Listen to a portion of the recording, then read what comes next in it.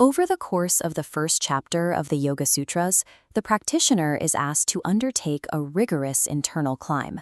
You quiet the turbulent waves of the mind, push past 9 distinct obstacles, and finally steady your attention on a single point.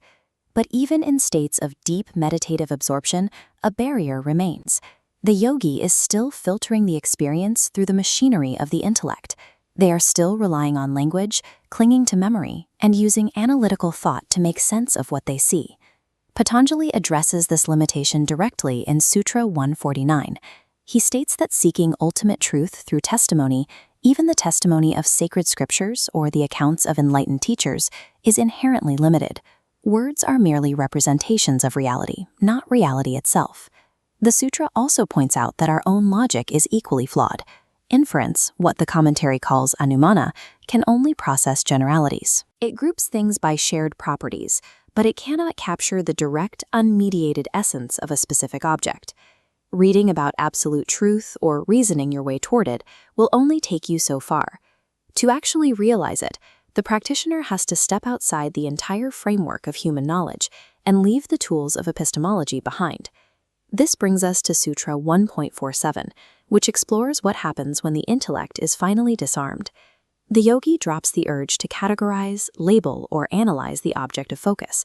This state is called nirvichara, or non-investigative linkage. It is a phase of deep absorption where the mind connects to a subject entirely without deliberation. To reach this point, the faculty of memory has to be scrubbed clean of past impressions and biases. With those historical filters removed, the mind's compulsive need to inquire, dissect, and judge simply stops functioning. By shutting down the intellect, the yogi ceases to filter the universe through their own ego.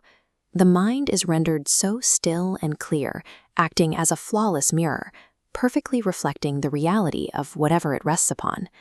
When the noise of analysis finally falls silent, it makes way for a massive flood of absolute clarity. The boundaries between the observer, the process of observing, and the object being observed disintegrate. Patanjali defines this breakthrough in Sutra 1.48 as the arrival of Ritambhara Prajna, a state translated as truth-bearing wisdom. This is not a new piece of data downloaded from the outside world. It is a reality-perceptive insight that has always been there. It simply shines through from within once the mental static is cleared away. Yet, while this illumination brings immense serenity, it also triggers a massive internal reaction. The yogi is now forced to confront the deepest, most dangerous obstacle on the path, the buried history of their own subconscious. This reaction explains why sudden flashes of clarity or deep focus rarely last long for the ordinary practitioner. The moment you achieve total stillness, your psychological conditioning fights back. Sutra 1.50 identifies the source of this resistance as Samskaras. These are the deep-rooted mental impressions forged by past traumas, desires, and habits, millions of traces left behind by a lifetime of experiences. Commenting on this phenomenon, Swami Vivekananda warned that these old impressions lie dormant in the mind. When you repress them to achieve concentration, they react with all their force, waiting like tigers to jump up and ambush your focus. Patanjali's solution is highly specific. You do not fight this old conditioning directly. Attempting to suppress these countless impressions one by one is impossible. Instead, you deploy the intense power of that truth-bearing wisdom to forge an entirely new single impression. Generated from direct reality, it carries a singular, overriding weight. Its presence creates a total obstruction, neutralizing the momentum of previous habits and desires. The pursuit of ultimate focus acts as a targeted psychological operation. The yogi uses the weight of absolute truth to permanently erase their own historical conditioning. At this stage, the yogi is operating with a completely purified mind, flooded with profound truth. But this exact purity creates one final, highly subtle trap. If the practitioner attaches themselves to the bliss of this new state, the experience of enlightenment simply morphs into a highly refined, spiritually disguised version of the ego. Sutra 1.51 states that to go all the way, the yogi must develop a lack of interest even in that highest level of insight. You must willingly relinquish the supreme impression of truth-bearing wisdom itself.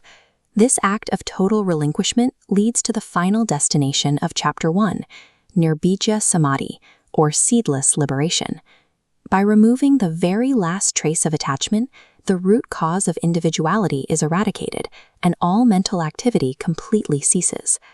The ultimate horizon of freedom is not the accumulation of cosmic knowledge. It is the absolute isolation of the self, achieved by allowing the observer to completely dissolve into the void.